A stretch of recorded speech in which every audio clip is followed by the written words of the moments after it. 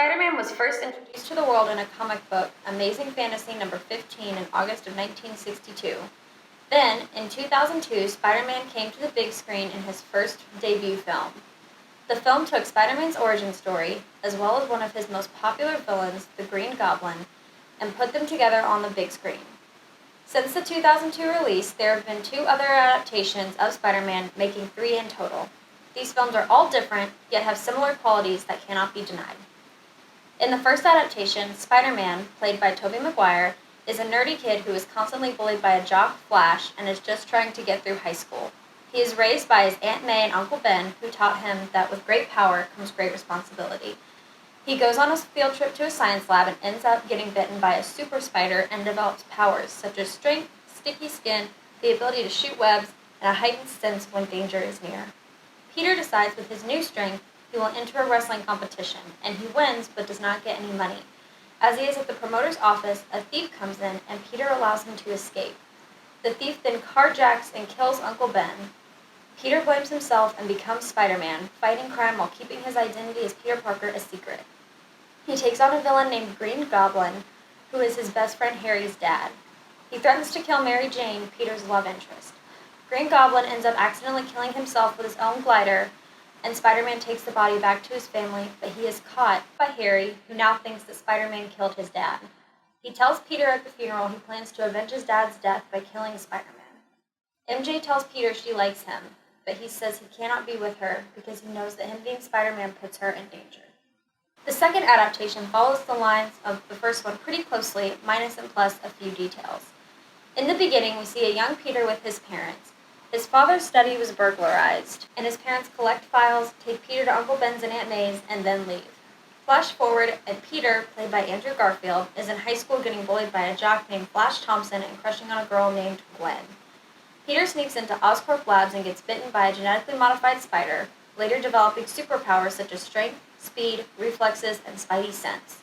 He gives away his abilities soon after he gets them when he shatters a backboard to a basketball goal while challenging Flash.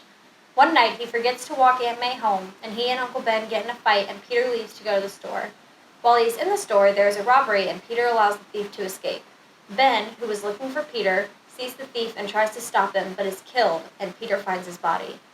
Peter decides to use his abilities to fight crime and makes a suit to hide his identity, although soon after, he admits to Gwen that he is Spider-Man. He fights a villain who is a lizard-human hybrid and ends up also fighting against the police who are trying to stop him. Gwen's dad is fatally injured and asks Spider-Man, who he knows to be Peter, to stay away from his daughter to keep her safe. Peter agrees, but then decides that he loves Gwen too much to leave her.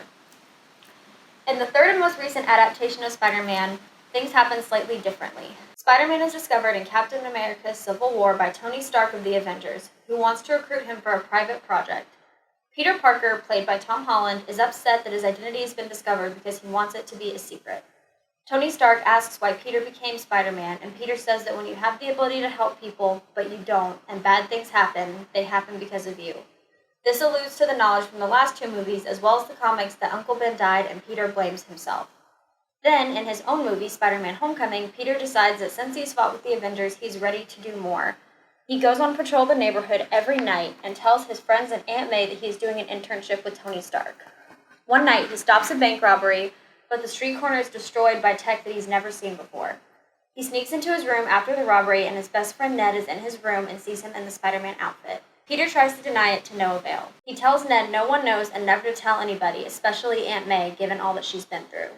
The next day at school, Ned tells everyone that Peter knows Spider-Man, and he is both taunted by his bully Flash, who is a nerd that runs in Peter's social circle, and is invited to a party by Liz, the girl he has a crush on. He goes to the party with intent to come in as Spider-Man, but leaves when he sees something going wrong on the other side of town. Again, Peter encounters the alien tech. He tracks the dealers of the weapons to Maryland, where he has to save his friends and Liz from the Washington Monument, and to the Staten Island ferry, where he gets into a fight with the Vulture, who ends up splitting the ship in half. Tony Stark, as Iron Man, comes and saves the day and takes Peter's suit away for going after the Vulture and putting his life at risk. Peter tells Tony that he is nothing without the suit, to which Tony says, if you're nothing without the suit, you shouldn't have it. Peter gets detention for ditching their school trip and asks Liz to go to homecoming with them. He realizes when he goes to pick her up that her dad is the Vulture and he is planning on robbing the plane with the Avengers gear in it. He leaves Liz at the dance to fight the Vulture and ultimately saves his life. Tony congratulates him and offers him a new suit and a spot with the Avengers, but Peter declines, saying that he wants to be a friendly neighborhood Spider-Man for now.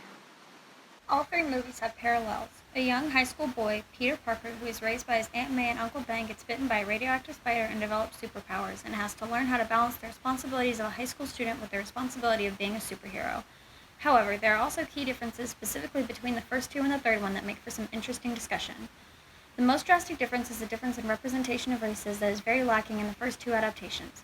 Given the importance of media and helping individuals find their self-worth and give young people role models, their lack of representation is quite disappointing. Stuart Hall says that what media produces is precisely representations of the social world, images, depictions, explanations, and frames for understanding how the world is and why it works as it is, said and shown to work. In the first and second adaptations of Spider-Man, as in the comic books as well, the main cast is overwhelmingly white.